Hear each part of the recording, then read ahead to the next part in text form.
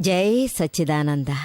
మీ అందరిలోనూ కొలువై ఉన్న పరమాత్మకు నా భక్తిపూర్వక నమస్సుమాంజలి, నమస్సుమాంజలి, నమస్సుమాంజలి, సుమాంజలి. ఈరోజు నేను మీతో మరణానికి సంబంధించిన రహస్యం గురించి ఇంకా కొంచెం వివరంగా మాట్లాడాలనుకున్నాను. మరణం అనేది ఏంటంటే, ఎవరికైతే అన్ని విషయాల గురించి అర్థం తెలుసుకోవాలని ఆకాంక్ష ఉంటుందో, అంటే మరణం అంటే అందులో ఏముంది, మరణించేటప్పుడు మన పరిస్థితి ఏంటనే దాని గురించి ఎన్నో ప్రశ్నలు మన మనసుల్లో రేగుతూనే ఉంటాయి. మరణం గురించిన రకరకాల వార్తలు మనం వింటూనే ఉన్నాం. ఇంకా చెప్పాలంటే చిన్న పల్లెటూళ్ళల్లో కూడా మీరు వినే ఉండొచ్చు, లేదా మీ బామ్మల ద్వారానో లేక పెద్దవాళ్ళు ఎవరి ద్వారానో అనేక రకరకాల విషయాలని మనం వింటూ ఉన్నాం. మరణించే సమయంలో కుక్కలు అరుస్తూ ఉంటాయి, యముడు వస్తాడు, ఇలాంటి విషయాలను చెప్తూ ఉంటే వింటూ ఉంటాం. చిన్న చిన్న ఊళ్ళల్లో, చాలా చిన్నతనంలో, చాలా చిన్న వయసు ఉన్నప్పుడు ఎన్నెన్నో ఊళ్లకు అందరూ వెళ్తూ ఉంటారు. చాలా విషయాలను మనం వింటాం.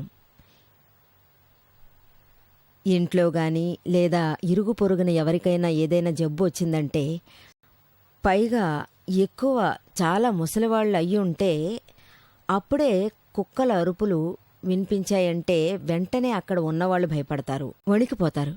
అయ్యో, ఇప్పుడు ఈ ముసలాడు చనిపోతాడు, అందుకే కుక్క అరుస్తూ ఉంది. ఇవన్నీ మరణానికి గుర్తులు అంటూ ఉంటారు. ఇంతేకాకుండా అక్కడ ఉన్నవాళ్ళు, ఆ ఇరుగు పొరుగున ఉన్నవాళ్ళు ఇష్టం వచ్చినట్టు చర్చ మొదలు పెడతారు. యముడొచ్చేస్తాడు, ఈయన్ని తీసుకుని వెళ్ళిపోతాడు. అందుకని రాత్రంతా అందరికీ ఒకే టెన్షన్గా ఉంటారు. మనశ్శాంతి అనేదే ఉండదు. అంతా శ్మశాన వైరాగ్యంలా ఉంటుంది. ఆ కాలనీ గాని ఆ ఊరు గాని ఒక విధమైన పరిస్థితిలో ఉంటుంది. ఇటువంటి ఒక భయంకరమైన సమయంలో కుక్కలరిచే శబ్దం విని అందరూ బెదిరిపోతారు. ఇంకా చెప్పాలంటే చిన్నపిల్లలు కూడా ఏడుస్తారు, జంకుతారు, భయపడతారు. కొందరు పిల్లల గురించి అసలు చెప్పనే అక్కర్లేదు, రాత్రంతా పూర్తిగా నిద్రపోరు.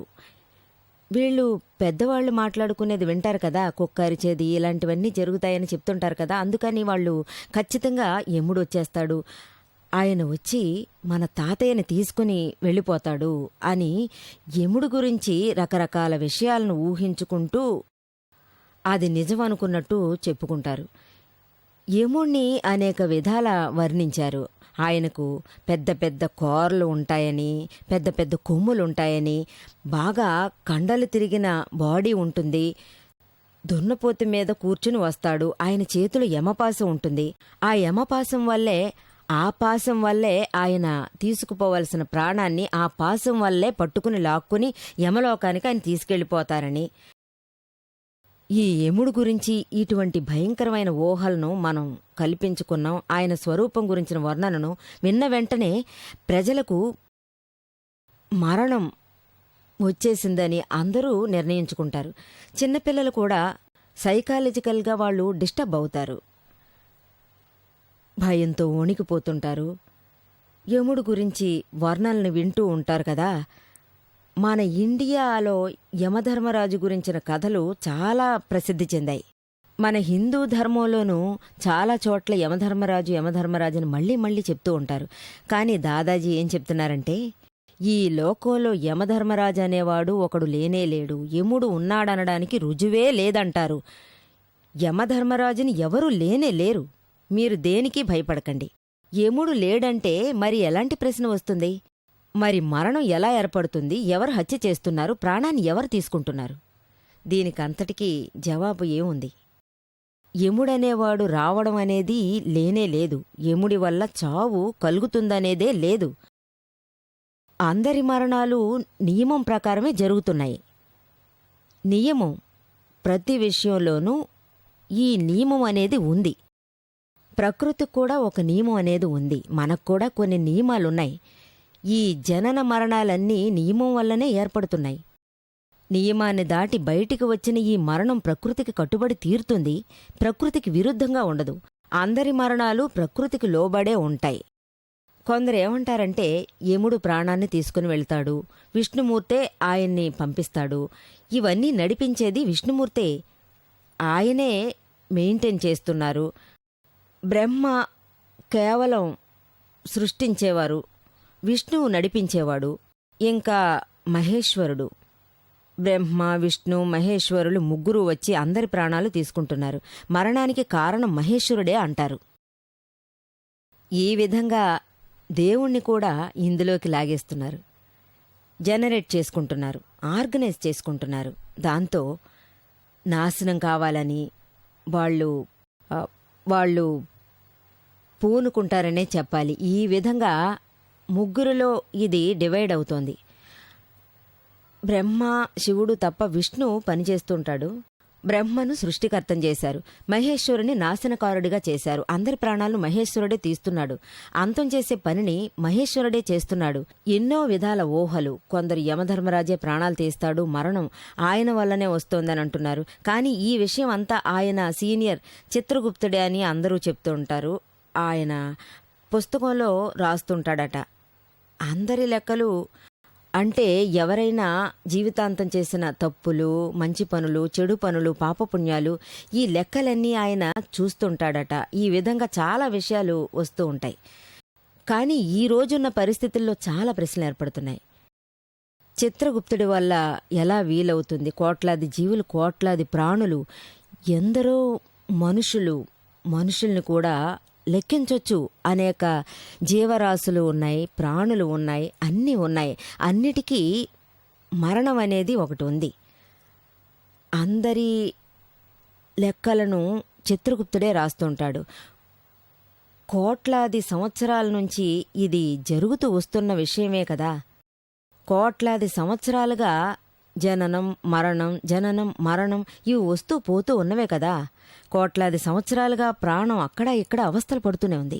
ఈ విధంగా అందరి కర్మఫలాలు, మిగతా విషయాల గురించి చిత్రగుప్తుడు కూర్చొని రాస్తూ ఉంటే ఆయన మూడ్ సడన్ గా ఏమవుతుందంటే, ఒకరికి రాయవలసిన లెక్క ఇంకొకరికి రాసి, అక్కడ రాయవలసిన లెక్క ఇంకొకరికి రాశారంటే పరిస్థితి ఏమవుతుంది?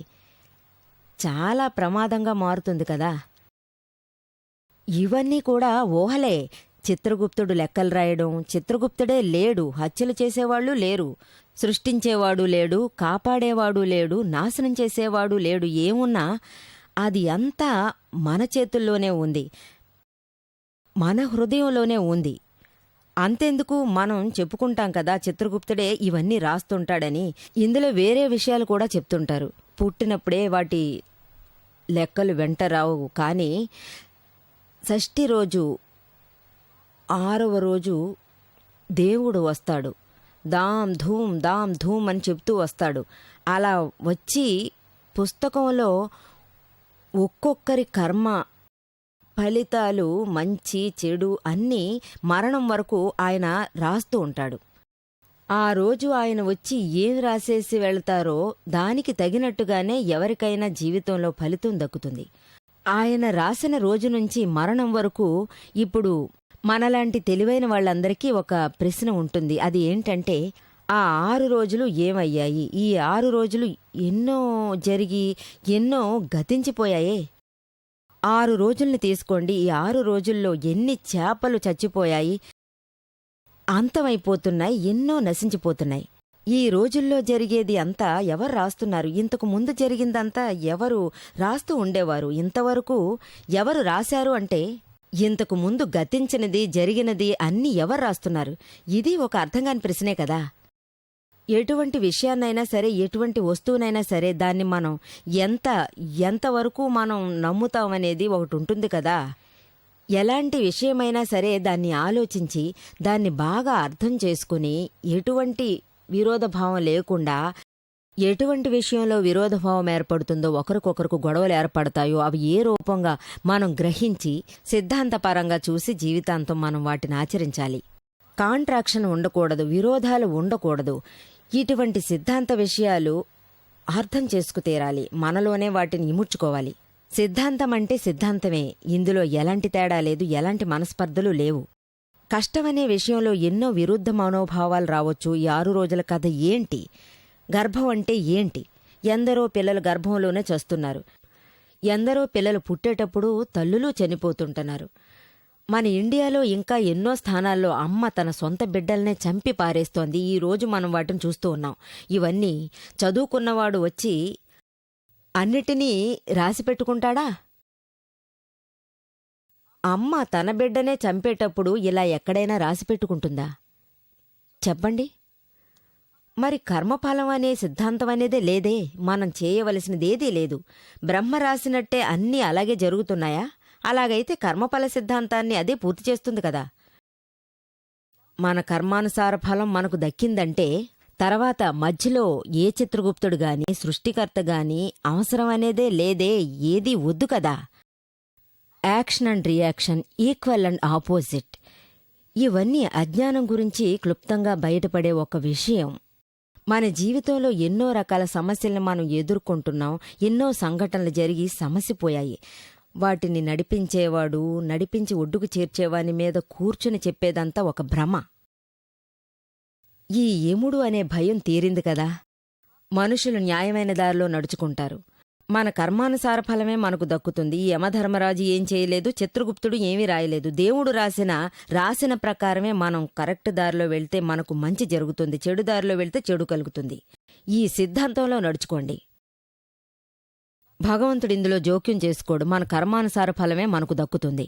మహాభారత యుద్ధం ఎంతకాలం జరిగింది?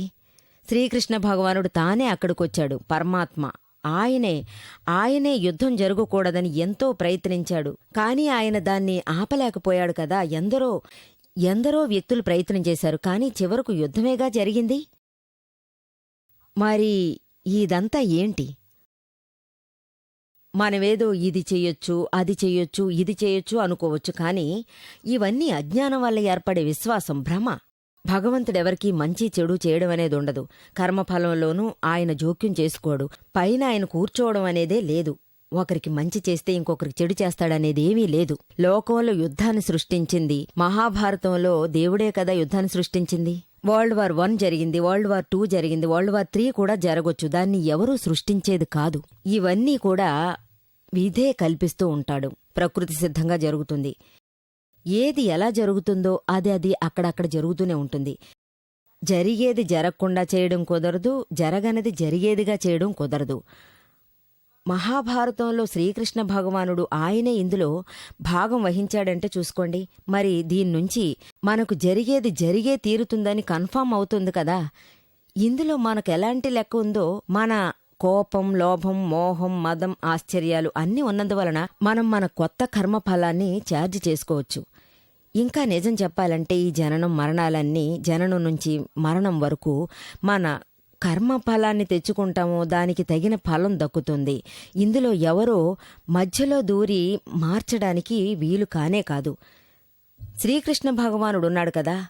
ప్రజలు ఏం నమ్ముతున్నారు? భగవంతుడు పైన కూర్చున్నాడు, మనకు కావలసింది ఆయన చేస్తున్నారు. చిత్రగుప్తుడు పైన కూర్చున్నాడు, అతడే లెక్కలు రాస్తున్నాడు. యమధర్మరాజు మరణాన్ని సృష్టిస్తున్నాడు చెప్తున్నారు. ఇవన్నీ శ్రీకృష్ణ భగవానుడు గీతోపదేశంలో ఏదీ లేదని చెప్పారు.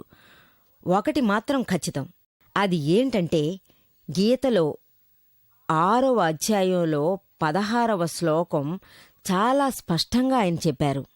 ఎవరూ చేసిపెట్టేవారు లేరు, చేసేవారు లేరని స్పష్టంగా చెప్పారు. ఆ శ్లోకం అంత విలువైనది. అది బాగా డీప్ స్టడీ చేస్తే బావుంటుంది.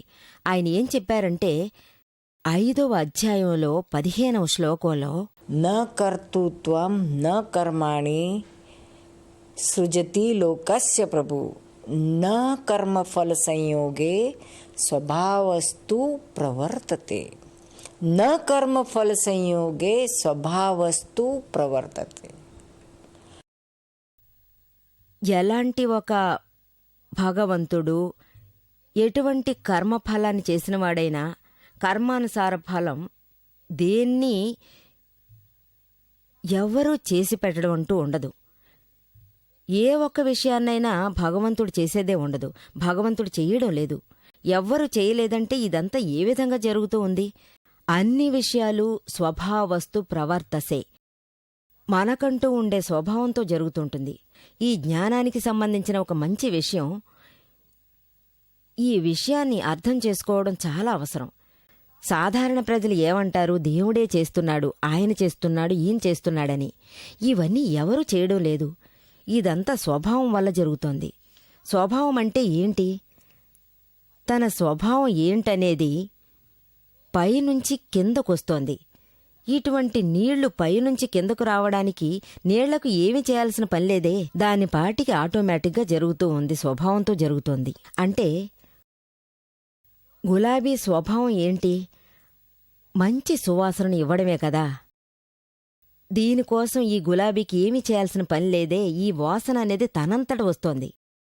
ఈ విధంగా ఒక్కొక్క ఎలిమెంట్స్ తన స్వభావం వలన అన్నీ చేస్తోంది. ఒక్కొక్క ఎలిమెంట్స్కి తన స్వభావానికి ఉండాల్సింది ఉంటూ ఉంటుంది. ఒక్కొక్క తత్వానికి దానికంటూ ప్రత్యేక స్వభావం ఉంటుంది. జడతత్వానికి దీని స్వభావం వేరే ఉంటుంది. జీవం ఉన్న తత్వానికి ప్రత్యేక స్వభావం ఉంటుంది. ప్రతి ఒక్క తత్వం కూడా తన స్వభావంతోనే నడుచుకుంటూ ఉంటుంది.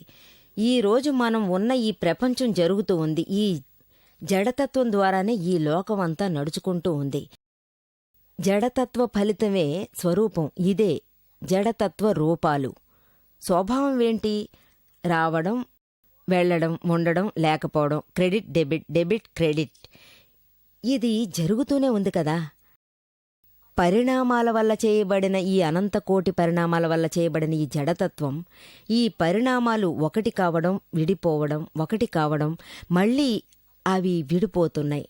ఇదంతా స్వభావమే. దీన్ని ఒకటిగా కలుసుకొని విడదీయడం, ఈ స్వభావ క్రియల వల్ల రకరకాల పరిస్థితులు ఏర్పడుతున్నాయి.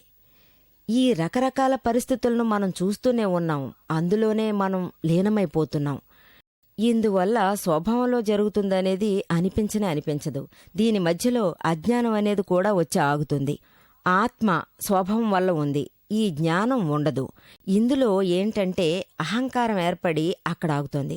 దీని పర్యవసానం ఏంటంటే అన్నీ నేనే చేస్తున్నా. నియమం ఏంటంటే జడతత్వం, జీవం ఉన్న తత్వం ఒకటిగా కలుసుకునేటప్పుడు, మిక్చర్ అయ్యేటప్పుడు మూడవ ఎలిమెంట్ ఉత్పత్తి అవుతోంది. ఈ మూడవ ఎలిమెంట్ తత్వమే అహంకారం.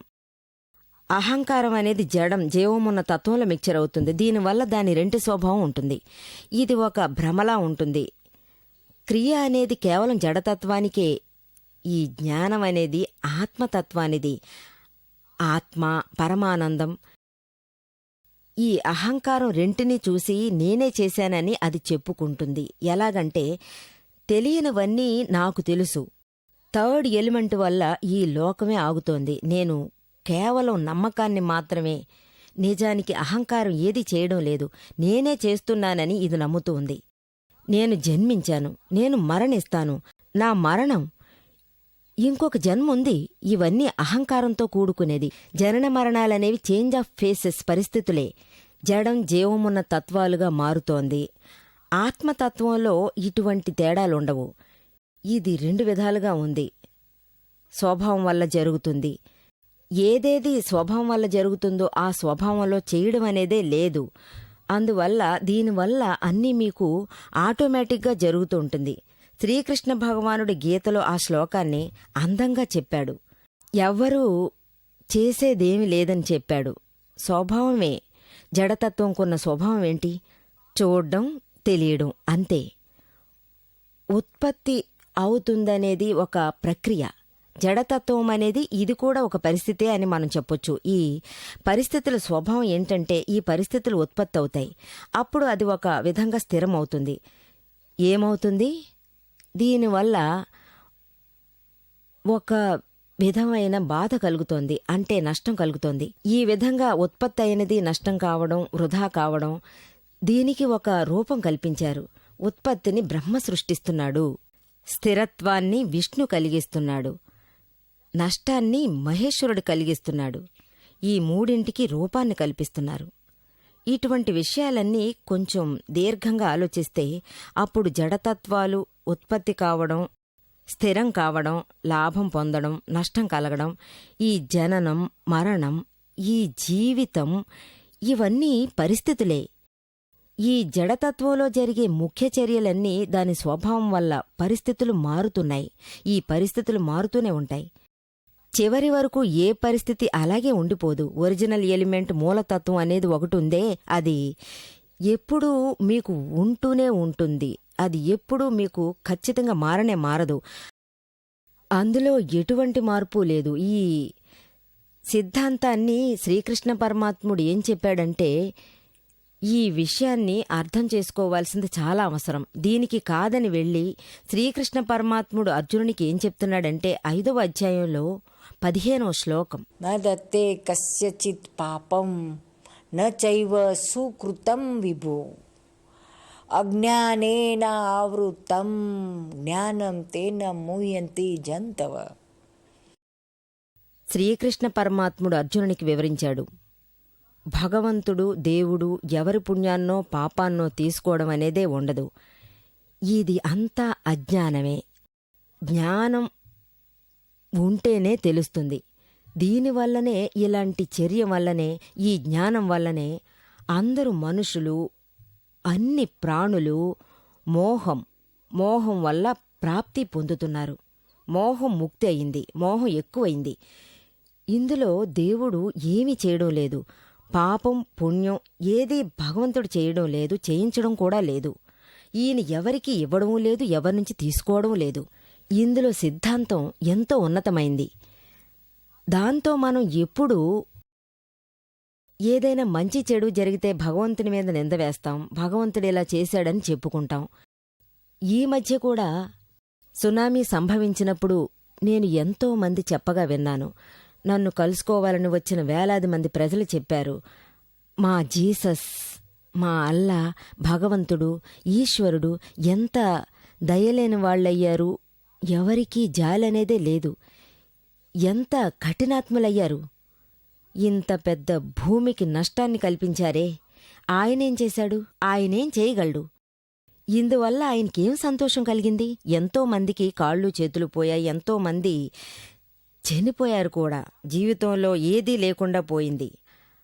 అలా అయితే దీనికి అర్థం ఏమిటి? భగవంతుడు ఎందుకు ఇలా చేస్తున్నాడు? ఈ విధంగా చెప్పడం అంతా తప్పు. భగవంతుడు ఏమీ చేయడం లేదు. ఆయన ఈ విధంగా చేస్తే అది ఎంత పాపమో తెలుసా? ఎవరి కర్మఫలంలోనో, చేసిన పనుల వల్లో, పాపపుణ్యాల ఫలితంలోనో భగవంతుడు ఏమీ చేయడం లేదు. అన్నీ స్వభావం వల్ల జరుగుతున్నాయి. ఇవి అన్నీ ప్రకృతి తమాషా. ఇందులో భగవంతుడో లేదా మనిషో వేరే ఎవ్వరూ ఇందులో జోక్యం చేసుకోవడానికి ఛాన్సే లేదు. ఇక్కడ జరుగుతున్నది ఏ విధంగా జరుగుతుంది, ఏ దారిలో ఎవరు నడిపిస్తున్నారు, మన జీవితంలో ప్రతి ఒక్క చర్యల్లోనూ మనం చేసుకునే విధానాన్ని బట్టే ఇప్పుడు జరుగుతున్నది. మొదటి విషయం, నేను నాలో ఎవర్ని, దీన్ని ఎవరు నడుపుతున్నారు, ఏ రూపంగా నడుపుతున్నారు, ఈ జననం ఎలా కలుగుతోంది, మరణం ఎలా కలుగుతోంది, ఈ దేవుడు భాగమేంటి, మన భాగమేంటి, ఇతరుల భాగమేంటి? వీటన్నిటికీ జవాబు ఏంటంటే నిజమైన జ్ఞానాన్ని అర్థం చేసుకోవడమే. అందువల్ల దీని గురించి ఇంకా మీకు వివరంగా నేను చెప్పాలనుకుంటున్నాను. దీని గురించి నేను మీతో తర్వాత ఎపిసోడ్లో మాట్లాడతాను. జై సచ్చిదానంద.